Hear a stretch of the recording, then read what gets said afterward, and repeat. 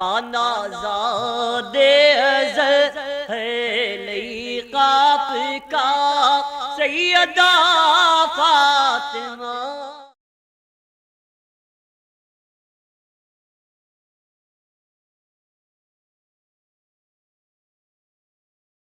علیکم ورحمۃ اللہ وبرکاتہ۔ نحمده ونسلم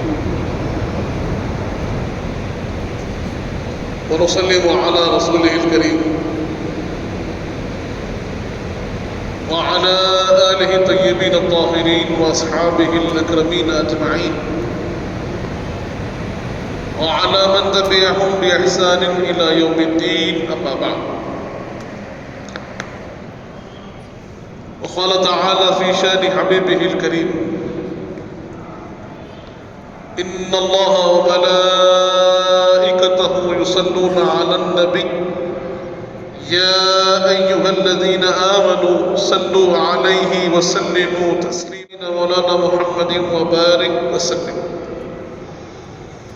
برادران عزیز، جیسے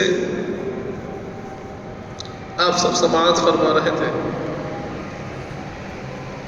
کہ ہم حضور پاک صلی اللہ علیہ وآلہ وسلم کی سیرت طیبہ کے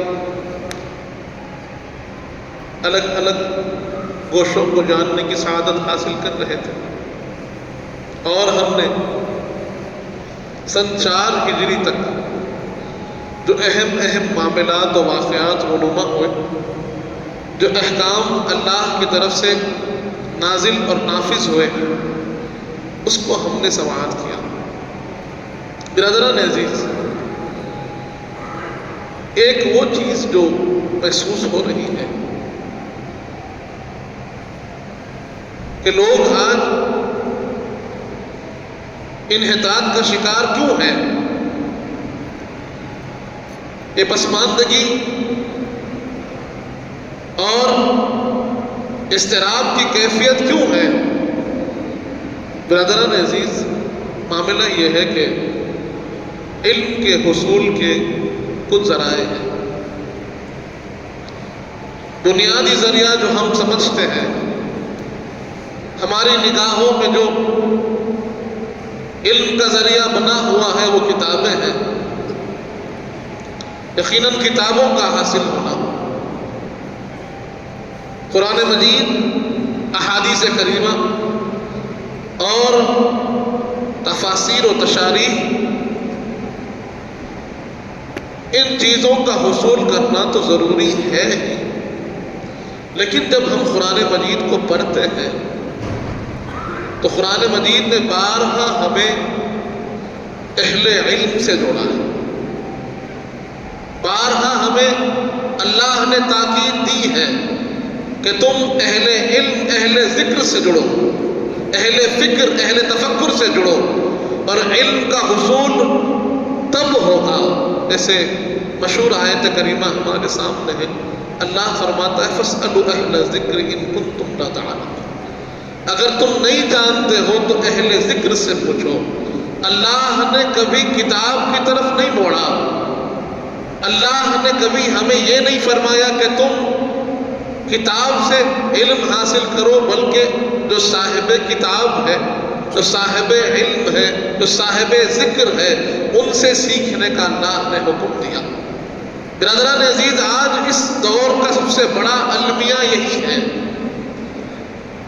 کہ جو صاحبان علم ہیں، ایک وہ ہم سے جدا ہو رہے، جو اہل تقویٰ ہے وہ ہم میں مفقود ہو رہے ہیں، جو ہمارے مشائخ اور بزرگ ہیں وہ رفتہ رفتہ ہم سے الگ ہو رہے ہیں اور اپنے منزل مقصود کا سفر شروع کر رہے ہیں۔ ماضی قریب میں ہم نے دیکھا ہے، بالکل کم عرصے میں ہم نے اپنے بہت سے اکابر کو کھو دیا۔ برادران عزیز، آج ہمارے نوجوانوں میں علم کا فقدان نظر آتا ہے، فکر کا فقدان نظر آتا ہے، ان کا فکر، ان کے علم ثمر آور نظر نہیں آتا۔ ڈگری تو ہے لیکن وہ پختگی فکر کی نظر نہیں آ رہی ہے، وہ تراشا ہوا ہیرا نظر نہیں آ رہا ہے، وہ چمک، وہ رعنائی، وہ روشنی نظر نہیں آ رہی ہے۔ بات کیا ہے؟ ہم نے سابق میں دیکھا ہے کہ جو لوگ 10ویں جماعت کے طالب علم ہوا کرتے تھے، جو 11ویں اور 12ویں پڑھے ہوئے رہتے تھے، ان کے علمی پختگی بہت زیادہ تھی۔ ان کا قلم، ان کا خط، ان کا انداز گفتگو، ان کے لکھنے کا پیشکش کا انداز آپ دیکھیں، اور آج کے جو ڈگری ہولڈرز ہیں، آج جو اپنے پاس گریجویشن یا اس سے اوپر کی ڈگریاں رکھتے ہیں، ان کے پاس گفتگی نظر نہیں آتی، کیونکہ انہوں نے علم جیسے حاصل کرنا تھا ویسے حاصل نہ کیا، جیسی مشقت ہونی تھی ویسے مشقت نہ ہوئی، جیسے اپنے آپ کو تراشنا تھا ویسے نہ تراشا۔ انہوں نے سمجھا کہ وہ ڈگری جو ہمیں حاصل ہو رہی ہے وہی ہمارے علم کا ثبوت ہے۔ نہیں، وہ علم کا ثبوت نہیں ہوتا۔ علم کا ثبوت ہوتا ہے کہ آپ جب باہر نکلتے ہیں اور لوگ آپ سے کتنے مستفید ہوتے ہیں، کتنے لوگ ہیں جو آپ سے، آپ کے علم سے مستفید ہو رہے ہیں، انہیں فائدہ ہو رہا ہے، آپ سے کچھ حاصل کر رہے ہیں، آپ سے کچھ سیکھ رہے ہیں، یا پھر آپ کی اپنی زندگی میں اس علم کا فائدہ آپ کو کیسے مل رہا ہے۔ برادران عزیز، تو جب ہم سیرت طیبہ پڑھ رہے ہیں، سیرت طیبہ کا مطالعہ ہو رہا ہے، قرآن کا مطالعہ ہو رہا ہے، تفسیر کا مطالعہ ہو رہا ہے، احادیث کریمہ پڑھی جا رہی ہے، احادیث کریمہ کی تشریحات، اس کے شروحات پڑھے جا رہے ہیں، معانی اور مطالب کو سیکھنے کی کوشش کی جا رہی ہے، تو وہاں پر سب سے اہم چیز جو ہمارے اندر نظر نہیں آ رہی ہے وہ ہمارے اپنے شیوخ کی صحبت ہے۔ ان کے پاس زانو ادب طے کرنا، ان کے پاس شرف تلمذ حاصل کرنا، وہاں جا کر بیٹھنا اور ان سے سیکھنے کا فقدان نظر آ رہا ہے۔ آج لوگ چاہتے ہیں آسانی سے علم حاصل ہو جائے، آج لوگ چاہتے ہیں کہ ہم گھر بیٹھے علم سیکھ لیں۔ یاد رکھیں کہ جو چیز بے مشقت حاصل ہوتی ہے پائیدار نہیں ہوتی۔ جتنی مشقت کی جائے گی، جتنی محنت کی جائے گی، جتنی کوشش کی جائے گی، اتنی ہی پختگی آپ کو حاصل ہوگی۔ یہ بھی ایک تجربہ ہے لوگوں کا۔ برادران عزیز، تو ہم دیکھ رہے ہیں آج ہمارے نوجوان علماء اور مشائخ سے دور نظر آ رہے ہیں، علم دین سے دور نظر آ رہے ہیں، قرآن و حدیث سے دور نظر آ رہے ہیں۔ اور آج ہماری یہ ذمہ داری بنتی ہے، ہر بڑے کی یہ ذمہ داری بنتی ہے کہ وہ اپنے بچے کو لے جا کر کسی استاذ کے پاس بٹھائے، اسے سکھائے، اس کا وقت وہاں پر پہنچائے، اور اس کا مقصد کوئی کمرشل نہیں ہونا چاہیے، کمرشل مقصد نہیں ہونا چاہیے۔ آج ہمارے طالب علم جو علم حاصل کر رہے ہیں، جن اسکولز میں جا رہے ہیں، وہ ایک دوڑ ہے، وہ کمرشل زندگی جینا چاہتے ہیں، اس کے بعد یہ، اس کے بعد یہ، اس کے بعد میں یہ حاصل کروں گا۔ نہیں، علم کا حصول اپنی فلاح، اپنی بہبود، اپنی فکر کی وسعت کے لیے ہونا چاہیے۔ برادران عزیز، عرض کرنا یہ ہے کہ ہم دیکھ رہے ہیں کہ ہم اپنے بزرگوں کو کھو رہے ہیں۔ آج جو بزرگ ہمارے درمیان میں تشریف فرما، جو ہمیں وقت دے رہے ہیں، جو ہمیں سکھانا چاہتے ہیں، جو ہمیں پڑھانا چاہتے ہیں، جو اپنی مرکز پر تشریف فرما ہے، اور وہاں ہم دیکھ رہے ہیں کہ لوگ وہاں سے دور، علماء بیٹھے ہوئے ہیں لیکن کوئی سیکھنے والا نہیں، مشائخ اہل تقویٰ بیٹھے ہوئے ہیں لیکن کوئی ان سے معرفت حاصل کرنے والا نہیں۔ برادران عزیز، آج اگر لوگ جا رہے ہیں کیا حاصل کرنے کے لیے؟ دنیاوی مسائل کے حل، وہ تو حل ہو ہی جائے گی۔ یہ چھوٹے مسئلے ہیں، کہیں نہ کہیں اس کا حل آپ کو مل ہی جائے گا، لیکن آپ کے جو مقصد حیات ہے، زندگی میں آپ کو کیا کرنا ہے، اللہ کا قرب، اللہ کی معرفت، اللہ کے احکام کا حصول، اللہ کے احکام پر چلنا، یہ کیسے ممکن ہے؟ جب حضور پاک نے ہمیں قرآن مجید دیا، حضور پاک نے ارشاد فرمایا انی تارکم فیکم الثقلین، میں تمہارے درمیان میں دو بھاری چیزیں چھوڑے جا رہا ہوں، ما ان اخذتم لن تضلوا ابدا، اگر ان کو تھام لوگے کبھی گمراہ نہیں ہوگے۔ پہلے فرمایا کتاب اللہ حبل ممدود بین السماء والارض، کہ ایک اللہ کی کتاب ہے، ایسی رسی ہے جو زمین سے آسمان تک دراز ہے، اس کو تھام لو۔ دوسرا فرمایا اہل بیتی عطرتی، میری اہل بیت، میری عطرت کو تھام لو۔ برادران عزیز، یہ دو چیزیں یہ کیا ہے؟ اگر آپ غور کریں اس میں بہت سے آپ کو جہتیں نظر آئیں گی، بہت سی تشریحات اس حدیث پاک کی مل جائیں گی جہاں پر ہم کو قرآن اور اہل بیت کے تعلق کو ظاہر کیا جائے گا، بتایا جائے گا کہ یہ دو چیزوں کو حضور پاک نے ایک ساتھ کیوں چھوڑا۔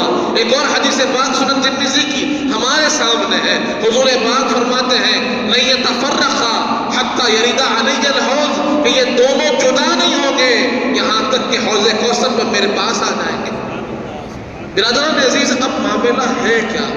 اس میں بہت سی حکمتیں ہیں، علماء، مفسرین، محدثین نے بہت سے راز اس کے ہمیں ظاہر فرمائے ہیں، لیکن ایک بنیادی چیز جو ہمیں آج ضرورت ہے، بالکل بنیادی بات، وہ یہ ہے کہ قرآن مجید یہ احکام ہے، قرآن مجید یہ اللہ کا کلام ہے، قرآن مجید یہ ہدایت کا سامان ہے، قرآن مجید اللہ نے نازل فرمایا تاکہ لوگ اس پر عمل کریں، لوگ اس کے پابند ہو جائیں، لوگ اس کے مطابق اپنی زندگی گزارنے والے بن جائیں۔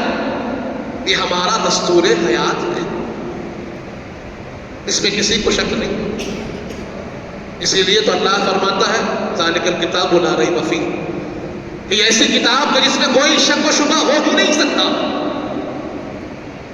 اب ایک کتاب ہمارے سامنے آ گئی، لیکن اس کے بعد بھی ہم دیکھتے ہیں کہ اس کتاب کے لیے رب فرما رہا ہے کہ کوئی شک، کوئی شبہ نہیں،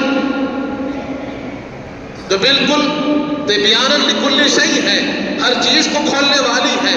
لیکن آج کے زمانے میں ہمارے اپنے بھائی، آج کے زمانے میں ہمارے اپنے معاشرے میں ہم دیکھ رہے ہیں کہ لوگ قرآن مجید کو لے کر ہی شک و شبہ میں پڑے ہوئے ہیں کہ اس آیت کے کیا معنی ہے، اس حکم کا کیا اثر ہے، یہ حکم پر کیسے عمل ہوگا۔ یہ شکوک کیوں، یہ شبہات کیوں، جہاں پر رب نے کہہ دیا کہ یہ تو کتاب روشنی والی ہے، نور والی ہے، وضاحت والی ہے، بیان والی ہے، پھر اس کے بعد یہ شک پیدا کیوں ہو رہا ہے؟ وجہ یہ ہے کہ ہم نے قرآن کو اپنے لحاظ سے پڑھنا چاہا ہے، اپنے لحاظ سے سمجھنا چاہا ہے، اپنی صلاحیتوں کو ظاہر کرتے ہوئے قرآن کو سیکھ رہے ہیں، اس لیے ہمارے اپنے عقلوں کی کمیاں اس کو یہ سمجھا رہی ہے، یہ بات نہیں کھل رہی ہے، یہ بات نہیں کھل رہی ہے۔ اسی لیے حضور پاک نے فرمایا تو تمہارے درمیان دو چیزیں چھوڑے جا رہا ہوں، ان کو پکڑے رکھو، تم گمراہ نہیں ہوگے۔ قرآن کو پکڑ لو، میری اہل بیت کو پکڑ لو، کیونکہ قرآن کو سمجھنا ہے تو صاحب قرآن سے سمجھنا ہوگا۔ جب تک صاحب قرآن کی نسبت سے قرآن کو نہیں سمجھیں گے، لوگ شک میں ہی رہیں گے، شبہ میں نہیں رہیں گے، کیونکہ قرآن کو سمجھایا حضور پاک نے ہے، قرآن کو بتایا سرور کائنات نے ہے، قرآن کی ایک ایک آیت کو، ایک ایک تفسیر کو، ایک ایک انداز کو، ایک ایک نزول کو حضور پاک نے سمجھایا ہے، اور اس کے بعد بتایا ہے اگر تمہیں چاہیے قرآن سمجھنا، قرآن پر عمل کرنا، قرآن پر چلنا، قرآن کے احکام کو اپنی زندگی کا حصہ بنانا، تو پھر میری اہل بیت کو تھام لو، جیسے وہ قرآن پر چل رہے ہیں ویسے قرآن پر چلو، جیسے وہ قرآن کے احکام پر نافذ کر رہے ہیں ویسے قرآن کو اپنی زندگی میں نافذ کرو، پھر تمہیں قرآن سے وضاحت ہی وضاحت ملے گی، پھر تمہیں قرآن سے بیان ہی بیان ملے گا، کوئی شک کوئی شبہ نہ رہے گا، زندگی کا ہر حل، زندگی کا ہر مسئلہ قرآن سے حل ہو جائے گا، لیکن تمہیں صاحب قرآن سے سمجھنا ہوگا۔ اپنے آپ سے نہیں.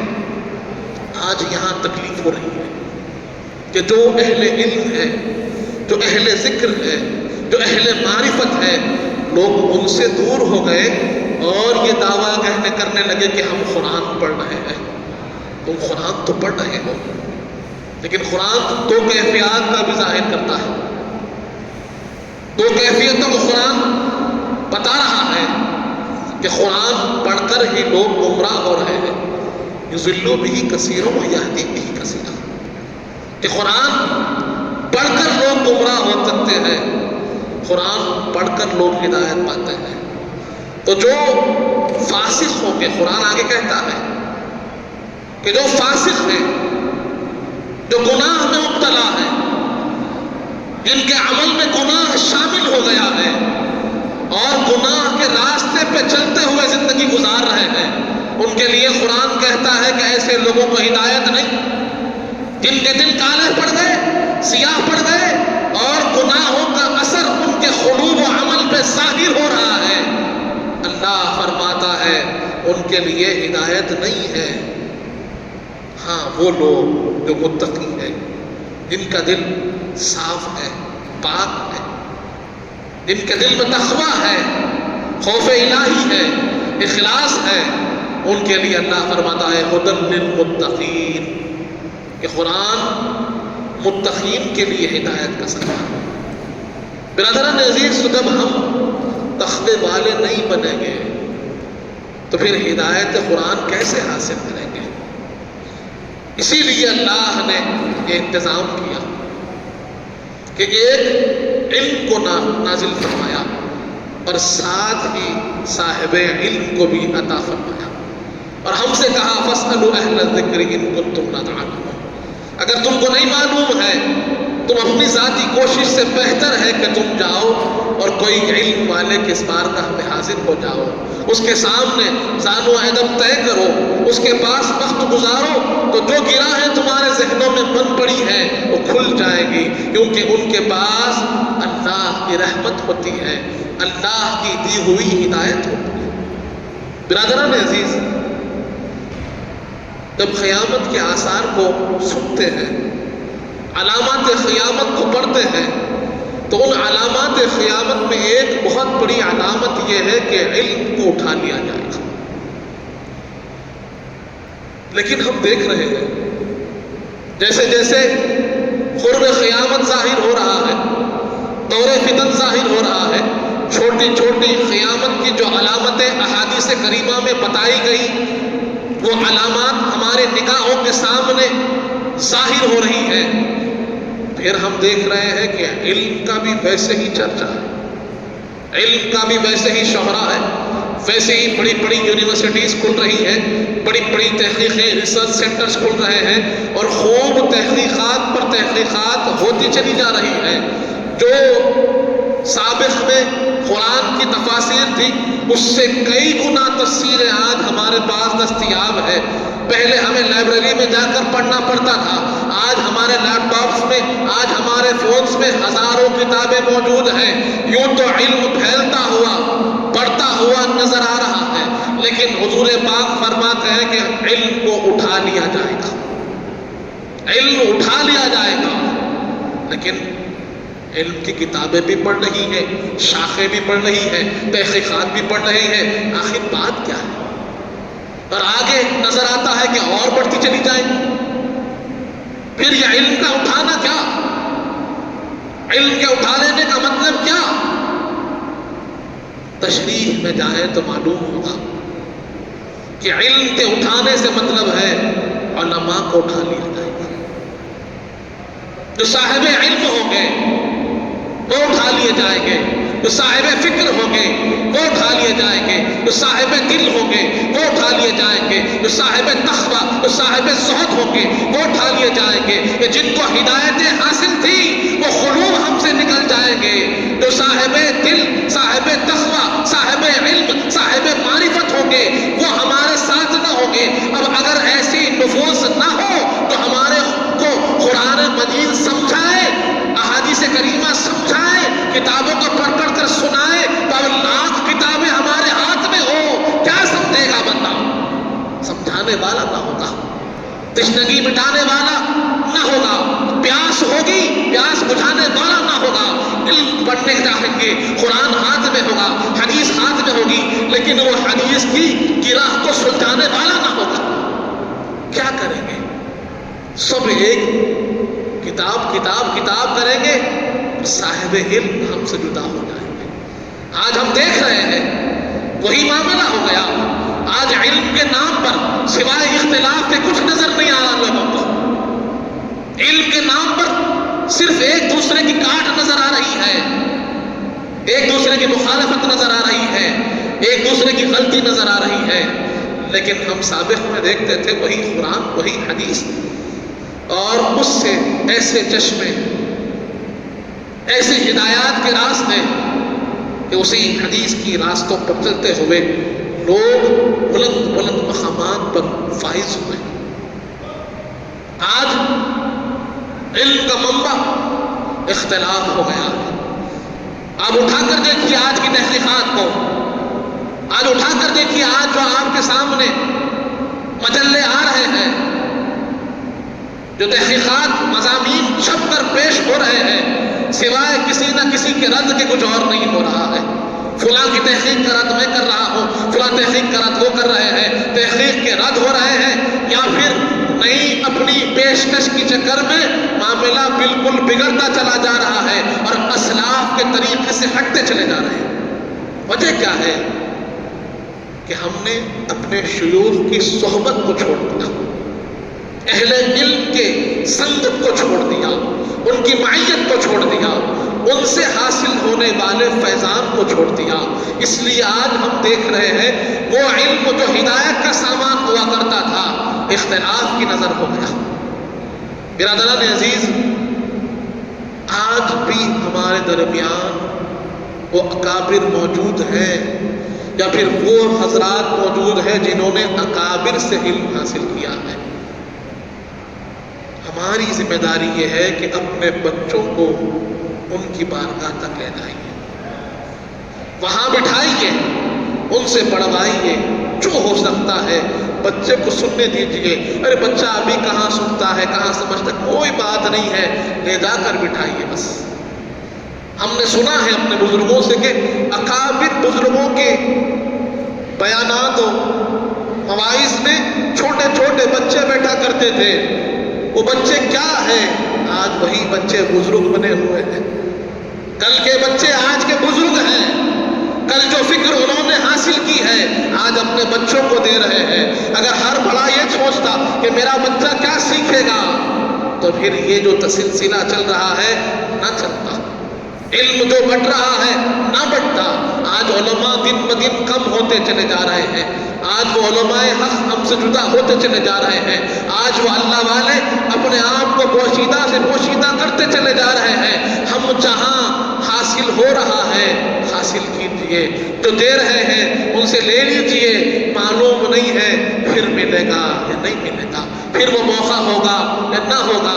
بعد میں ہم کہیں گے کہ ہمارے ہاتھ میں تھے، ہم روز ملا کرتے تھے، روز جا سکتے تھے، لیکن آج حسرت ہے کہ اب مل نہیں پائیں گے، آج حسرت ہے کہ ایسی شخصیت دیکھ نہیں پائیں گے۔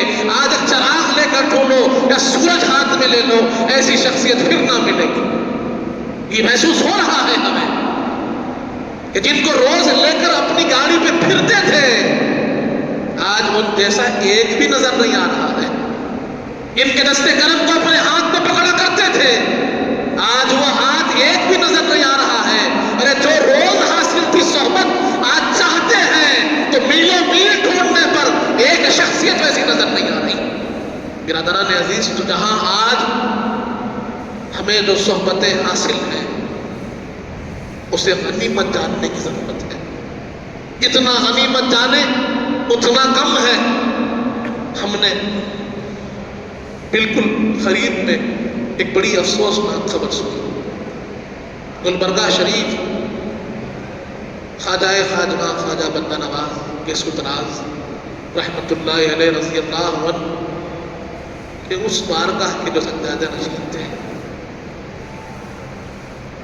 جن کی شخصیت لوگوں کے لیے ایک مثال تھی، جنہوں نے اپنی ساری زندگی بندوں کی خدمت اور علم کی نشر و اشاعت میں لگا دی.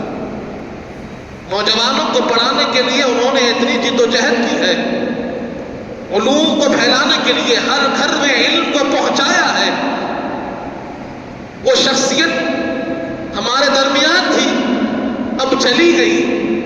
اب آپ دیکھیے کہاں ہے، ایک شخصیت ویسی نظر نہیں آئے گی.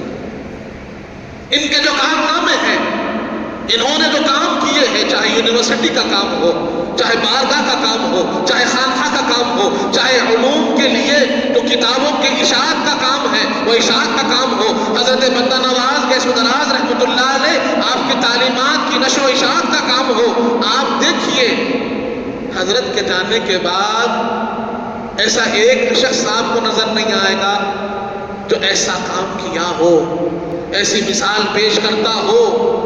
برادران عزیز، تو ہمیں یہاں ضرورت ہے کہ آگاہ ہو، سمجھیں کہ جو موجود ہے ان سے استفادہ کیجیے اور اپنے آپ کو مضبوط بنائیے. اپنے آنے والی نسلوں کو علم سے جوڑیے، علماء سے جوڑیے، مشائخ سے جوڑیے، اہل معرفت سے جوڑیے.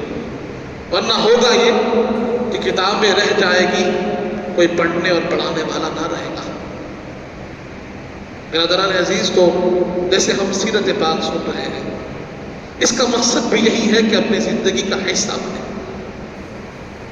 تاریخ اسلام پڑھتے ہیں، مقصد ہی یہ ہے کہ اس سے کچھ سبق ہم حاصل کریں. ساری علم اور علوم کے پڑھنے کا مقصد ہی اپنی زندگی میں اس کو داخل کرنا اور اس پر عمل کرنا ہے. جو چیزیں سابق میں نقصان دی ہے ان نقصان دہ چیزوں سے بچنا ہے. جو چیزیں فائدہ بخش ہے، حضور پاک نے جس راستے پہ چلنے کا حکم دیا ہے اس راستے پہ چلنے کی کوشش کرنا ہے.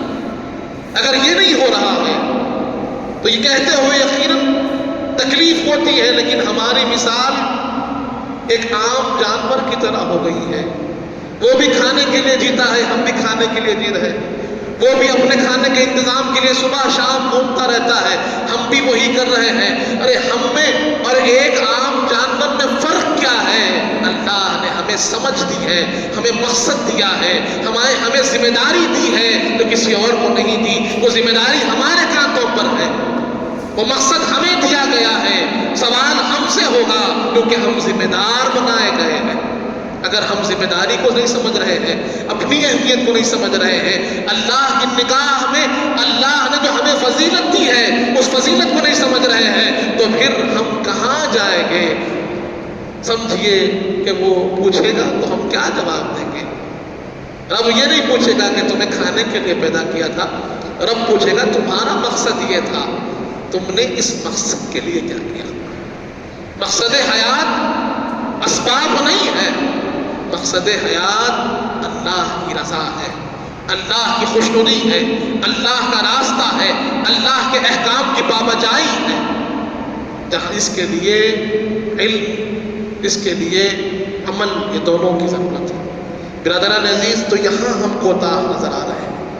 یہاں ہم اور اپنے نوجوانوں کو ہم دیکھ رہے ہیں کہ اس مقصد سے ہٹتے ہوئے نظر آ رہے ہیں.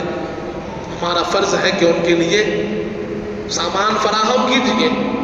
اگر کوئی سمجھتا ہے کہ میں اب پڑھ نہیں سکتا، عمر ہو گئی ہے، تو اپنے آپ کو ان کا سرپرست بنائیے اور اپنے نوجوان بچوں کو، پوتروں کو پڑھنے کے لیے ضرور آمادہ کیجیے.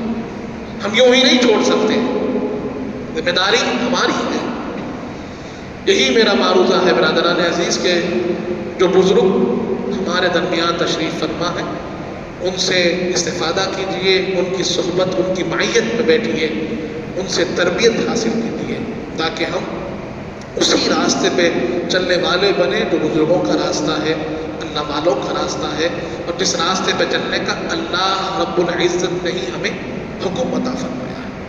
اللہ تعالیٰ سے دعا ہے مالک جب تک زندہ رکھ، سلام پر رکھ، موت ایمان پر دے، وقت نزا حضور پاک صلی اللہ علیہ وسلم کا دیدار نصیب فرما. مالک ہمیں نیک اور صالح متقیوں پرہیزگار بنا، ہمارے گناہوں کو معاف فرما، ہمارے گناہوں کو نیکیوں سے تبدیل کر دے. مالک ہم میں جو پریشان حال ہیں ان کی پریشانیوں کو دور فرما، ہم میں جو بیمار ہیں انہیں شفاء کاملہ عطا فرما، ہم میں جو مقروض ہیں ان کے قرضوں کو عطا فرما، جو کچھ کہے ہیں جو کچھ سنے ہیں اس پر عمل کرنے کی توفیق عطا فرما۔ حضور پاک صلی اللہ علیہ وآلہ وسلم کا سچا غلام و امتی بنا مالک، اہل بیت اطہار کا سچا غلام بنا، صحابہ اکرام کا چاہنے والا بنا، اولیاء اللہ کا چاہنے والا بنا، ان کے بتائے ہوئے راستے پر چلنے کی توفیق عطا فرما۔